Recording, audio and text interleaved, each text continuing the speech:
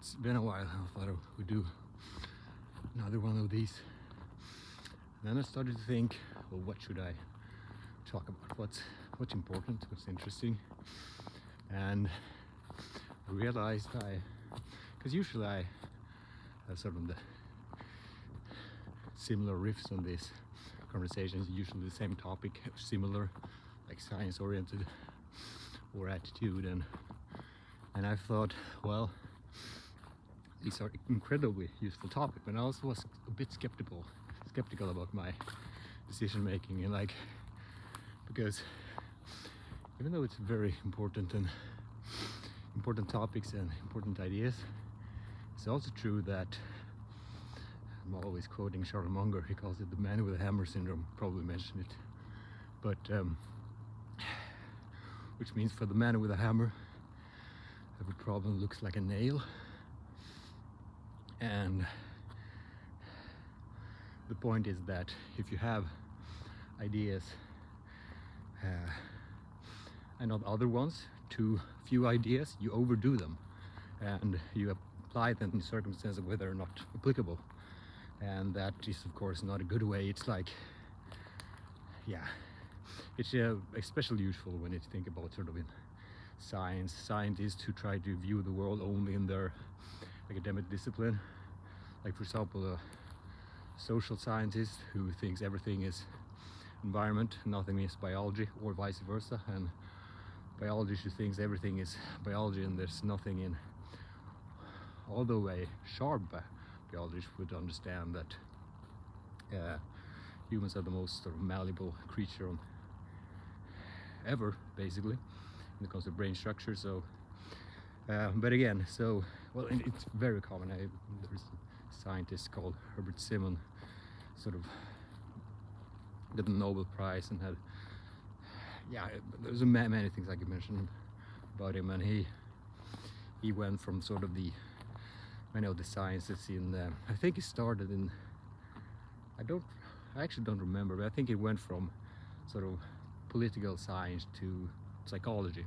And what happened was that he notes that you basically going to be ostracized, or they will sort of would not approve of you taking in ideas from other academic disciplines. It's a big no-no. So but at the same time, that was his responsibility, because his biggest responsibility is of course to truth, and so he has to package it in their ideas in order for it to be received, which is insane how the brain can sort of, I think it's a remnant perhaps from just group thinking and stuff, but anyway, so in general, when selecting ideas, and this is what I came up with when I thought about, well, what should I think about, what should I talk about?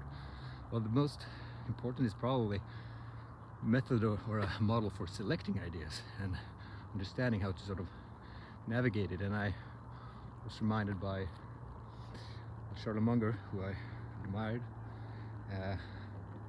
He had a system for cognitive biases, and one of those, I don't know if it's a bias, but it's definitely a psychological tendency. He calls them tendencies. So and one of them was, his own name for it was use it or lose it tendency. I thought, okay, what's that? Use it or lose it tendency is basically that you, in some sense it's just memory, but it's sort of a method, because the method he brings up as an example is pilot training. You have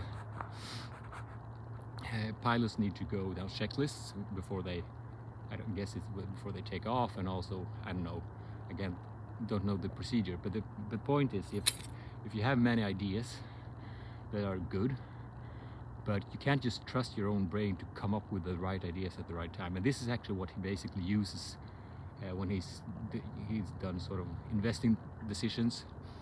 He has sort of he says he have two-fold method. First, all the academic models that are applicable to understanding this business and whatever decision it is in life. But this is, for example, investing. And after that, he has a checklist for all the cognitive biases, so he doesn't trick himself into believing something concerning bias and stuff.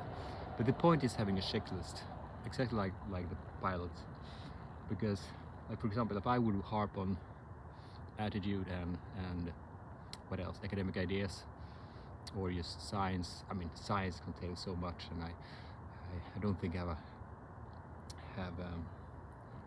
I'm not ashamed of the ideas that I bring forth, but you should always be critical. I mean, you can always step up your game in selection of ideas and focus in life. I mean, the attention you give to stuff, that's basically the quality of your brain. So good to be prudent and selective. And so the point is just to be clear, like if you have, like say for example, you have many bright ideas, and if you only go out in life and when you confront a certain circumstance and use one academic model or one finding in science perhaps, the risk is you will overdo it and or not apply it in a circumstance when it's applicable. But if you have sort of this checklist of all the academic models or just ideas that are fruitful, you can pick and choose, and then you're more able to sort of recognize what's missing, what would bring perspective and clearness to the circumstance that I'm trying to understand. And so yeah, I guess like for now I could do that, but I just for this video I just thought it would be a sort of one of all those millions of ideas that are fruitful, or millions, but I mean, yeah, actually by the way recommends having sort of 100 models, academic models that you should know in the scope of all science, and can't claim I'm there yet, but I'm a quite broad reader, so I try to navigate that as good as I can. But yeah, and you also have, it's a fine balance too, because I mean the fear I had was like, well, if I'm only bringing up this, it's good to repeat good ideas, but I mean you can't just, it's basically man with a hammer syndrome if you only overuse the same idea again and again and again. But at the same time, it's also very true what she also says, Schellenberger, that a very simple advice, and that is just take an idea and take it seriously.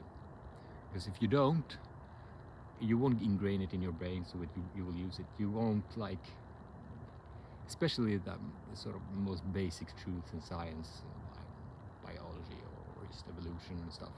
Yes, you should be critical, but I mean, having those and understanding people and everything on the foundation of those solid scientific ideas, yeah.